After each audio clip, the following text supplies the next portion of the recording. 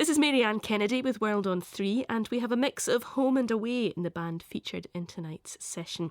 The British Balkan lineup of London's Paprika, led by Bogdan Vacarescu. They came into the studios a little earlier this week in very fine form, and they started out with Caje Sukarije.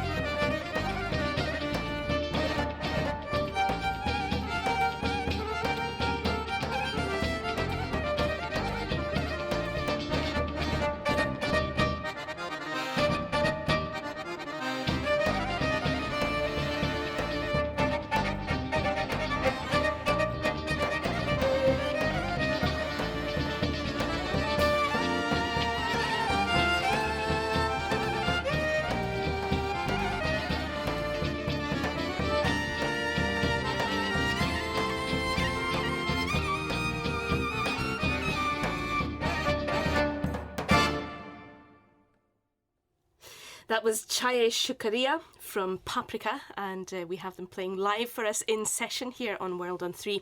And I'm joined just now by three of the members of the band: Bogdan, Kalia, the singer, and Vladimir, the guitarist. Now, we have had the band in a previous incarnation guesting with us at WOMAD before, but Bogdan, tell me about the makeup of the band as it stands today. Well, we expanded the lineup, so we still have the violin, the 2 accordions, guitar, which is now electric guitar, a bass, and drum section, like percussion and everything. And how did you all meet? It was more or less of a chance, like a series of events leading to one another.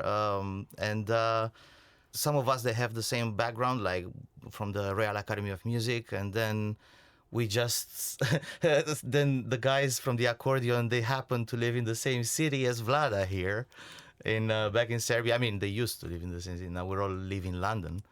And we just connected in a way, I said, hey guys, we can do this nice little bit of music together, and we did it.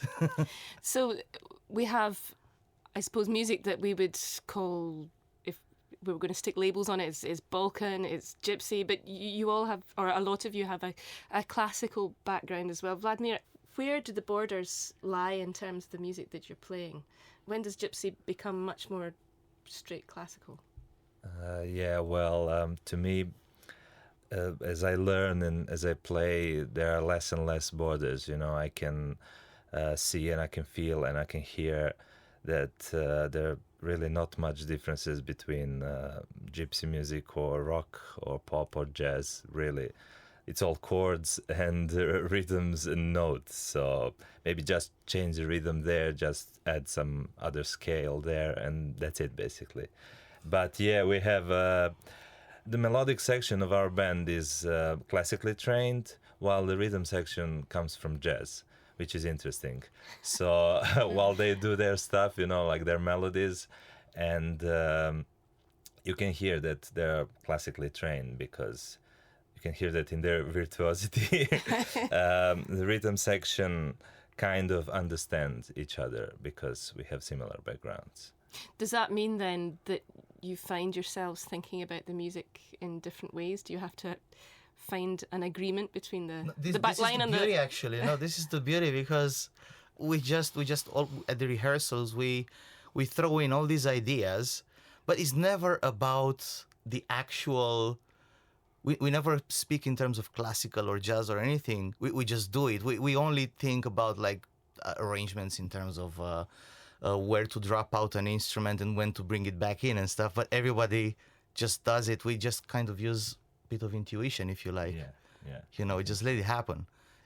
I think, well, I can speak for myself, like splitting the hair too much can only damage the music. You just go with it.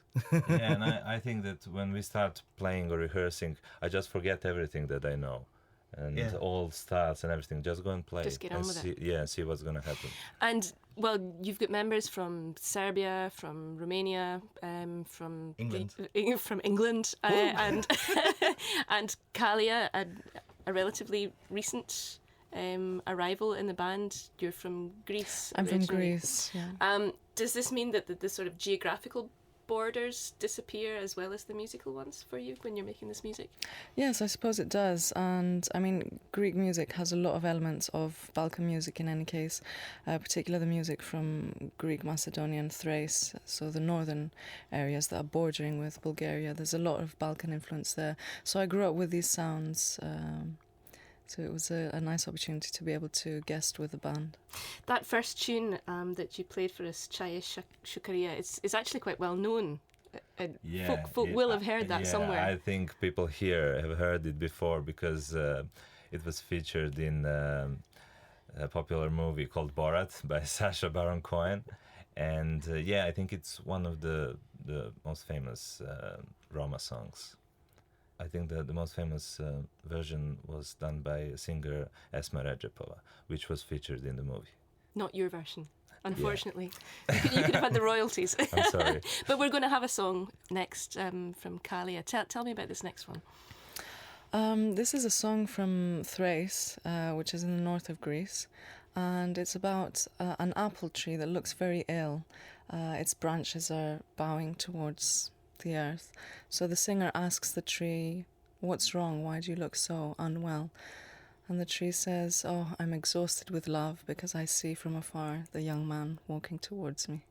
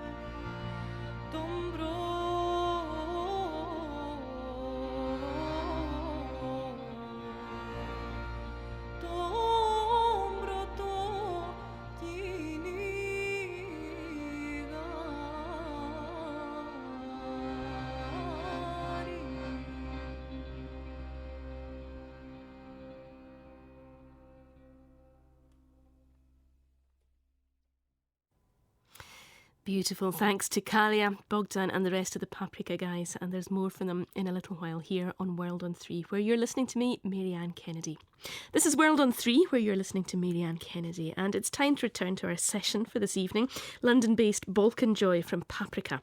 And they carried on here with a Macedonian Oro, Zlestosko Oro.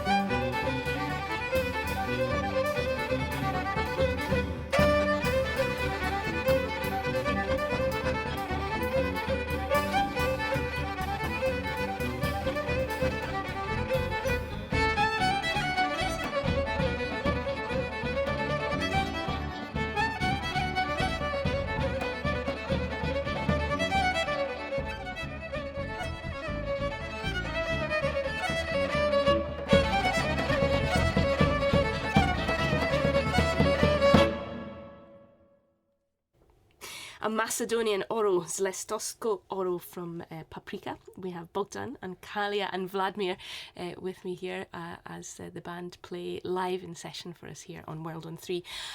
Now, we discussed a little bit earlier how you all come from far and wide.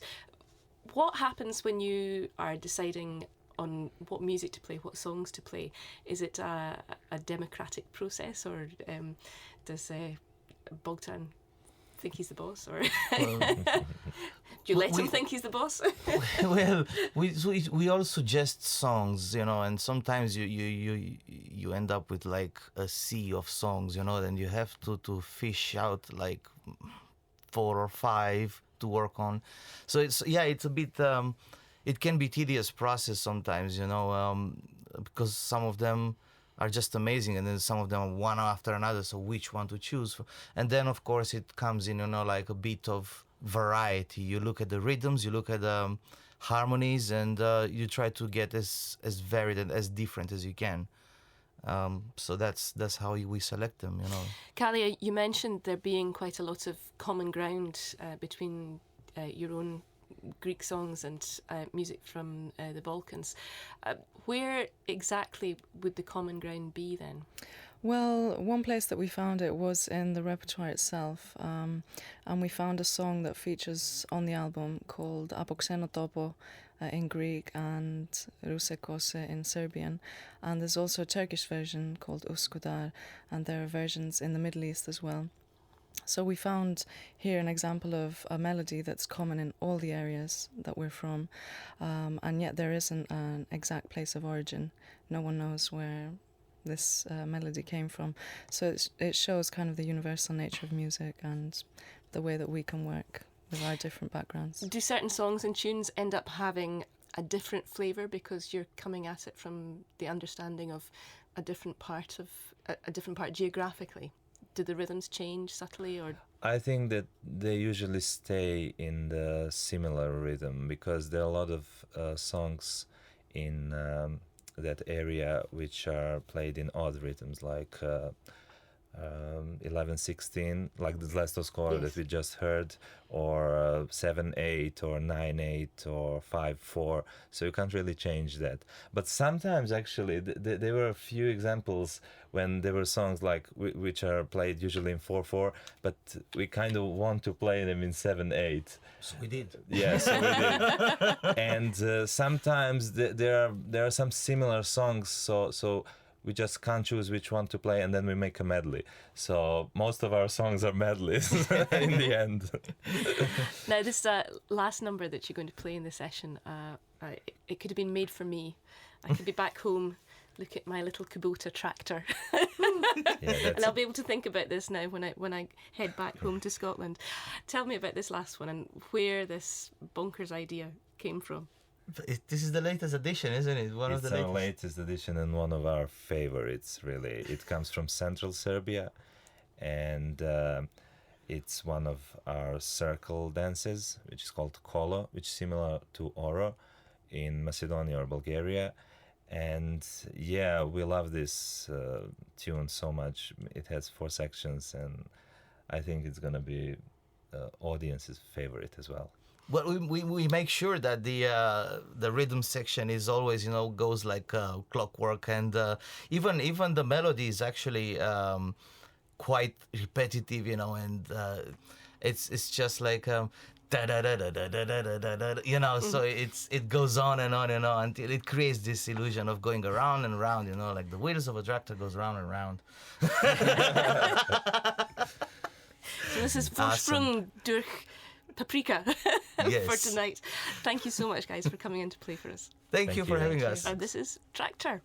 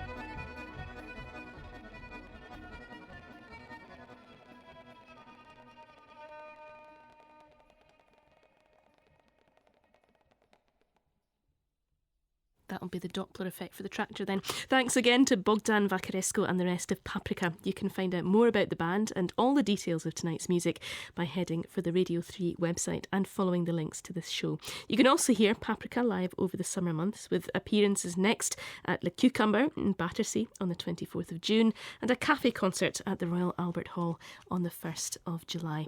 Next week here on World on 3, my guest will be the young English folk star Jim Murray, who'll be showcasing songs from his brand new